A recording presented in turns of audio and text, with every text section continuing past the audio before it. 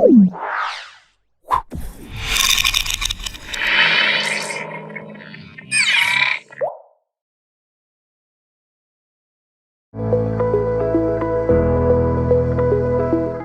Hello నమస్తే అండి. మనకి ఈరోజు ఒక మెసేజ్ పెట్టారండి. మేడం, మీరు లా ఆఫ్ అట్రాక్షన్లో అన్నీ మనీ అబండెన్స్ గురించి, మోటివేషన్ గురించి చెప్తున్నారు. మీ క్లాసెస్ మాకు చాలా బాగా అనిపించాయి మేడం. వ్యాపార అభివృద్ధి కోసం కూడా ఒకటి చెప్పండి మేడం అని అన్నారండి. వ్యాపార అభివృద్ధి కోసం కూడా నేను ఒక మంచి రెమెడీ చెప్తానండి. అది ఫాలో అవ్వండి. ఖచ్చితంగా మీ వ్యాపారం అనేది అభివృద్ధి జరుగుతుంది. వ్యాపారం అభివృద్ధి జరగాలంటే మనం ఏం చేయాలంటే అండి, లంగర్ అనేది ఒక ఉంటుందండి. ఆ లంగరు ఉన్న ఫోటో ఎక్కడైనా మీరు ఇమేజెస్ తీసుకోండి. మనకు నెట్లో లంగర్ అని కొడితే లంగర్ ఎలా యూస్ చేస్తామంటే పెద్ద పెద్ద షిప్పుల్ని కూడా ఆపటానికి, పెద్ద పెద్ద పడవల్ని కూడా ఆపటానికి మనము లంగర్ వేసి ఆపుతూ ఉంటాం కదండి. మన జీవితంలో వచ్చే కష్ట నష్టాలని ఏవైనా కూడా మనం ఆపాలి అనుకుంటే లంగర్ లాంటి సింబుల్ని మనము ధరించిన, లేకపోతే ఆ సింబుల్ని మనం చూస్తూ మన పనులు చేసుకుంటూ ఉన్నా కూడా మనకు ధనాకర్షణ జనాకర్షణ జరుగుతుందండి. వ్యాపారం అభివృద్ధి జరగాలంటే వ్యాపారం మనం చేస్తున్న ప్లేస్లోకి మనుషులు రావాలి అంటే మనకు జనాకర్షణ జరగాలి. కాబట్టి ఈ లంగర్ బొమ్మలు ఎక్కడైనా మీరు సంపాదించండి. స్టిక్కర్స్ ఉంటే మీ డోర్ ఉంటుంది కదా, ఎక్కడైతే మీరు బిజినెస్ చేస్తారో ఆ బిజినెస్ చేసే ప్లేస్లో ఈ లంగర్ సింబల్ ఉన్న సింబుల్ని ఒకటి మీరు స్టిక్కర్ని డోర్కు అంటించండి. అదే లంగర్ ఉన్న సింబుల్ని మీరు మెడలో ఒక గొలుసులో వేసుకోండి. అది బంగారమైనా, వెండైనా, రాగైనా మీ శక్త్యానుసారం చేయించుకొని మీరు లంగర్ని ఒకటి మెడలో ధరించండి. ఆ మెడలో ధరించడం ద్వారా మీకు పాజిటివ్ వైబ్స్ అనేది వస్తాయి. మీ వ్యాపారం అనేది అభివృద్ధి జరుగుతుందండి. ఎప్పుడే కానీ ఎక్కువ మార్జిన్ వేసుకొని మనం వ్యాపారం చేయకూడదండి. ఎప్పుడు ఎక్కువ మార్జిన్ వేసుకొని వ్యాపారం చేసామనుకోండి, మనకు బిజినెస్ అనేది లాస్ వస్తుంది. ధర్మబద్ధంగా చేయాలి. ఏ వ్యాపారం చేసినా కూడా కష్టపడాలి, ధర్మబద్ధంగా చేయాలి. రూపాయి పోగేయాలి. ఆ రూపాయి వచ్చిన దాంట్లో మనము లైఫ్ని లీడ్ చేయాలండి. అలానే కోట్లు లక్షలు మనము బిజినెస్లో పెట్టేసి నష్టపోకూడదండి. ఫస్ట్ కొంచెం పెట్టాలి. అది బాగా రన్ అవుతుంది అనుకోండి. ఇప్పుడు ఫర్ ఎగ్జాంపుల్ ఒక మెడికల్ స్టోర్ పెట్టామనుకోండి. మెడికల్ స్టోర్ అనేది కామన్, ఎందుకంటే అందరూ వస్తారు. ఆరోగ్యం అనేది అందరికీ కావాలి కాబట్టి ఏదో దగ్గు, జలుబు, జ్వరము అనేది వస్తూ ఉంటుంది. కాబట్టి మందులు కొనాల్సిందే, మనము వేసుకోవాల్సిందే. ఆ మందుల షాపు వాళ్ళు ఇంత మార్జిన్ అని వేసుకొని ట్యాబ్లెట్స్ అమ్ముతూ ఉంటారు. మళ్ళీ ఇంకొక షాప్ ఓపెన్ చేస్తారు. ఈ షాపు రన్ అవుతుంది, ఇంకొక షాపు రన్ అవుతూ ఉంటుంది. ఇలా వాళ్ళు బ్రాంచ్లు అనేవి పెంచుకుంటూ మెల్లమెల్లగా వెళ్తారు. మనం కూడా అంతే అండి. ఏ బిజినెస్ చేసినా కూడా ఫస్ట్ చిన్నగా స్టార్ట్ చేయాలి. అది పెరిగే కొద్దీ దాన్ని పెంచుకుంటూ వెళ్ళాలి. అంతేకాని సప్పో చేస్తే 20 లక్షలు 25 లక్షలు తీసుకొచ్చి ఆ వ్యాపారంలో పెట్టి మళ్ళీ ఆ వ్యాపారం నుంచి మళ్ళీ తీయటానికి ప్రయత్నం చేయకూడదండి. వ్యాపారం అనేది చిన్న అమౌంట్తో స్టార్ట్ చేయండి. దాన్ని మీరు తక్కువ మార్జిన్ తోటే, ఇప్పుడు ₹1 వేసుకున్నారు మార్జిన్ అనుకోండి, రేపు ఇంకొక నెల రోజులకి ₹2, ఇంకొక నెల రోజులకి ₹3, అలా మార్జిన్ పెంచుకుంటూ మీరు వ్యాపారం చేసుకోవాలి. అన్యాయంగా ఎవరి దగ్గర కూడా మనం డబ్బులు ఆశించకూడదండి. ఎందుకంటే మనం ఎంత అన్యాయంగా అయితే సంపాదించామో అంతే అన్యాయంగా ఆ డబ్బు కూడా వెళ్ళిపోతుంది. కర్మానుసారం ప్రకారమే మన దగ్గర డబ్బు వస్తుందండి. డబ్బు ఆడే నాటకంలో మనము పాత్రధారులు మాత్రమే అవుతాము. అది మనకి మంచిగా యూస్ చేసుకున్నాం అనుకో మనల్ని రాజుల్ని చేస్తుందండి. కాదు, దాన్ని మనం వస్తుంది కదా అని ఇష్టానుసారం యూస్ చేస్తామనుకో మనల్ని భిక్షగాల్ని కూడా చేసేస్తుందండి. డబ్బుకి అంత పవర్ ఉంది. నవేడేస్ డబ్బు ఉంటేనే సృష్టి నడుస్తుంది. కాబట్టి ఆ డబ్బును కూడా మనము ధర్మబద్ధంగా సంపాదించాలి, ధర్మబద్ధంగా బతకాలి, న్యాయబద్ధంగా ఉండాలండి. నేను ఒక స్టోరీ చూసానండి డబ్బు గురించి. ఒక వ్యక్తికి విపరీతమైన డబ్బు వస్తుందండి. స్కామ్ చేస్తాడు. ఈజీ మనీ కోసము స్కామ్ చేస్తాడు. ఒక బ్యాంకులో నుంచి 10 లక్షలు తీసుకుంటాడు. ఆ బ్యాంకులో 10 లక్షలు తీసుకొని లోన్ లాగా తీసేసుకుంటాడు. అది తీసుకున్న తర్వాత ఆ ఏటీఎం కార్డు, బ్యాంక్ అకౌంటు అన్నీ క్లోజ్ చేసేసి ఫోన్ నెంబర్ కూడా తీసేసి ఫోన్ నెంబర్ బ్లాక్ చేసేస్తాడండి. మళ్ళీ అతను ఎవరికి చేయకోకుండా ఇంకా వేరే చోటుకు వెళ్ళిపోయి అక్కడ కూడా డాక్యుమెంట్ చూపించుకొని నమ్మించి బ్యాంక్లో లోన్ తీసుకుంటాడు. మళ్ళీ అక్కడ ఒక 10 లక్షలు తీసుకుంటాడు. మళ్ళీ అక్కడ కూడా సేమ్ అలానే ఏటీఎం కార్డు మార్చేసి ఫోన్ బ్లాక్ చేసేసి అలా అలా అలా ఒక బ్యాంకు నుంచి ఇంకో బ్యాంకులో ట్రాన్సాక్షన్ తెలిసే లోపల ఒక 6 నెలలు పడుతుంది కదండి.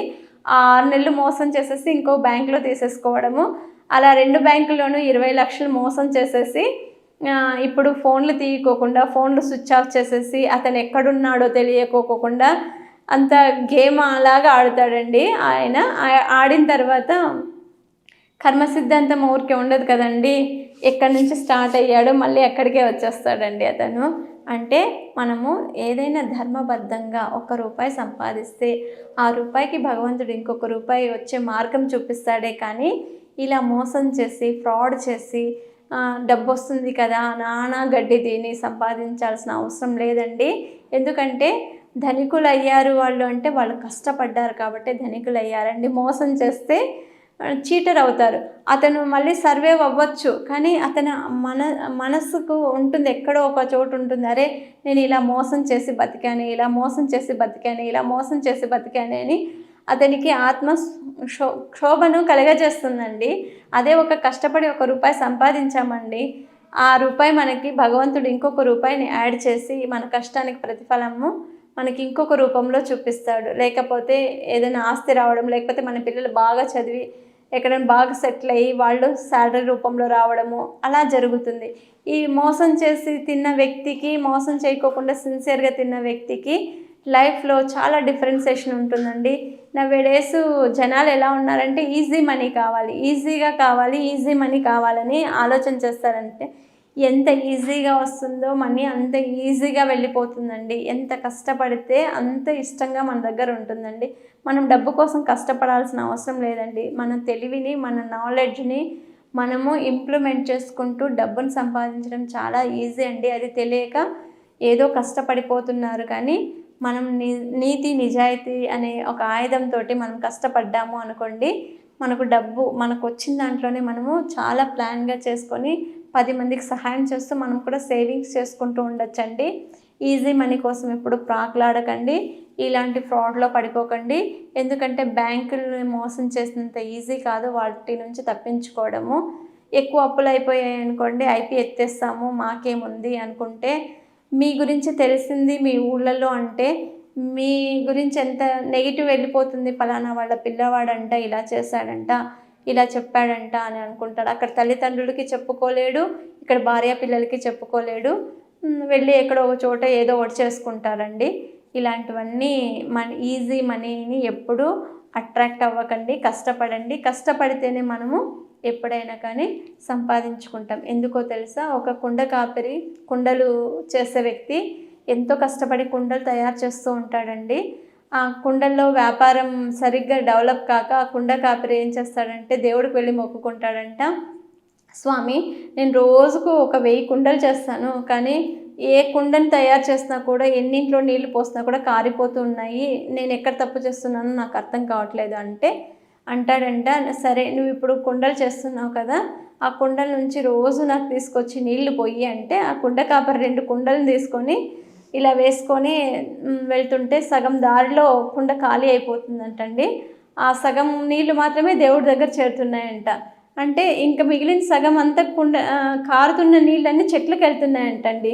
చెట్లకు వెళ్ళి 2 సంవత్సరాలు అలా పోస్తూనే ఉన్నాడంట. స్వామి నేను 2 సంవత్సరాల నుంచి పోస్తున్నాను, నీ దగ్గరకు వచ్చేటప్పటికి సగం నీళ్ళు అయిపోతున్నాయి, ఇంకా సగం నీళ్ళు ఏమైపోతున్నాయి నాకు అర్థం కావట్లేదంటే, లేదు ఎంత మట్టితో చేసిన కుండనైనా కానీ మనము దానికి కాల్చంది అది పదును కాదు, కుండ తత్వమే అది. ఎంత నువ్వు మట్టితో తయారు చేసినా అది కారుతుంది, సహజమే. నువ్వు పోసిన నీళ్ళు ఎక్కడ వృధా కాలేదు. ఆ చెట్లు చూడు, నువ్వు వచ్చిన దారి మొత్తం చూడు, ఎన్ని పూలు పూసాయో, ఎన్ని కాయలు కాసాయో, నువ్వు చేసిన కష్టం ఎక్కడికి వృధా వెళ్ళలేదు. చూడు చెట్లు పువ్వులు కాసి కొమ్మలు మంచిగా పండ్లు వచ్చాయి, వాటిని చూస్తే ఎంత సంతోషం అనిపిస్తుంది. అంతా నువ్వే తినాలని అనుకోవడం తప్పు. నువ్వు చేసిన కుండ ధర్మం ఏంటంటే అది కారేలాగా ఉంది కాబట్టి కారినా కూడా వేస్ట్ అవ్వలేదు, మొక్కలకి పోయాయి, అవి పూలు పూసాయి, కాయలు కాసాయి, దాని ప్రతిఫలం కూడా నువ్వే తింటావు. నాకు నీళ్లు పోసినందుకు నీకు పుణ్యం వచ్చింది, నీ కుండల వ్యాపారం బాగా అభివృద్ధి అవుతుంది, నువ్వు ఫీల్ అవ్వాల్సిన అవసరం లేదు. ఈ కుండ కాలేటప్పుడే నువ్వు జాగ్రత్త పడు, మట్టిలో ఏవైనా లోటుపాట్లు ఉన్నాయేమో చూడు. ఎంత మట్టిని కాల్చినా అండి, ఇప్పుడు మనం ఒక షాప్కి వెళ్ళి ఒక కుండ కొంటాం, కుండ కొన్నాము అనుకోండి, 10 కుండలు కొన్నాము అనుకోండి, కనీసం 2 కుండలైనా కారుతూ ఉంటాయి. అది సహజమే. దానిలో ఉన్న లోటును మనము చూడకూడదు. మనిషి కూడా అంతే అండి, ఎంత కాలితే అంత స్ట్రాంగ్ అవుతాం. ఎన్ని కష్టాలు వస్తే మనం అంత గట్టిగా తయారవ్వగలుగుతాం. కష్టమే రాకూడదు, మాకు అన్ని సుఖాలే జరగాలి అంటే జరగవండి. అందరి అదృష్టము ఒకే రకంగా ఉండదు. కొంతమంది గొప్పవాళ్ళుగా ఉంటారు, కొంతమంది పేదవాళ్ళుగా ఉంటారు. పేదవాళ్ళుగా పుట్టడం వల్ల చేతగాని పని కాదు, గొప్పవాళ్ళుగా పుట్టడం వాళ్ళ అదృష్టము కాదండి. ఎంత చెట్టుకు అంత గాలి ఉంటుంది.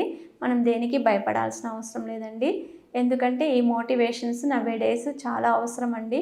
పిల్లలకు కానీ పెద్దవాళ్ళకి కానీ మనం ఏం చేస్తున్నామంటే, మనం డబ్బు లేదు, అది లేదు, ఇది లేదు అని పదే పదే అంటున్నాం కాబట్టి అవి మనకు లేకోకుండా పోతున్నాయి. ఇప్పటి నుంచి ఎవ్వరూ అలా అనుకోకండి. ఎప్పుడు పాజిటివ్గా ఆలోచన చేయండి, పాజిటివ్ పనులే చేయండి, అన్నీ పాజిటివ్గానే జరుగుతాయి. Thank you.